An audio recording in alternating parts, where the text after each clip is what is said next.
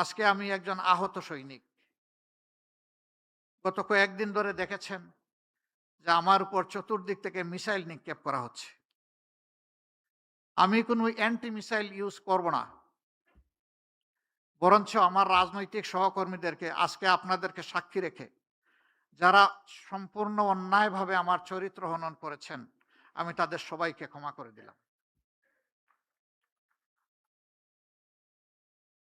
কারণ আমার রক্ত এবং মেজাজের সাথে প্রতিশোধ মানায় না, যায় না। আমি প্রতিশোধের রাজনীতিতে বিশ্বাস করি না।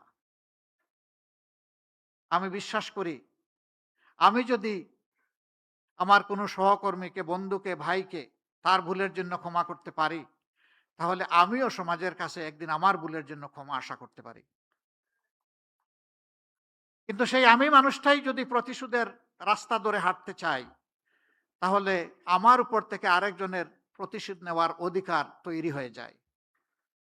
এই প্রতিশোধ, প্রতিহিংসার রাজনীতি কুরে, কুরে আমাদের সমাজকে, দেশকে অনেক ক্ষতি করে ফেলেছে।